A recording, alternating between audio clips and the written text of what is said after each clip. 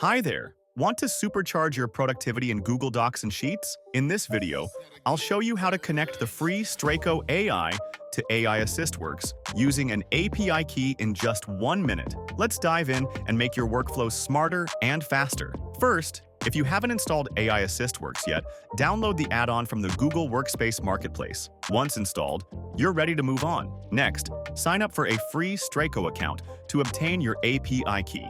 Simply go to their website, complete the registration process, and log in to access your unique API key in the user settings. Now, integrate your Straico API key into AiAssistWorks. Open Google Docs or Sheets, access the AiAssistWorks settings, and paste your API key into the designated field. Save the settings, and you're good to go. Congratulations! You've successfully connected Straico's AI to AiAssistWorks in Google Docs and Sheets. Now, you can enhance your documents and spreadsheets with powerful AI capabilities. If you found this tutorial helpful, don't forget to like, subscribe to our channel, and share it with others. For more tutorials, visit our website.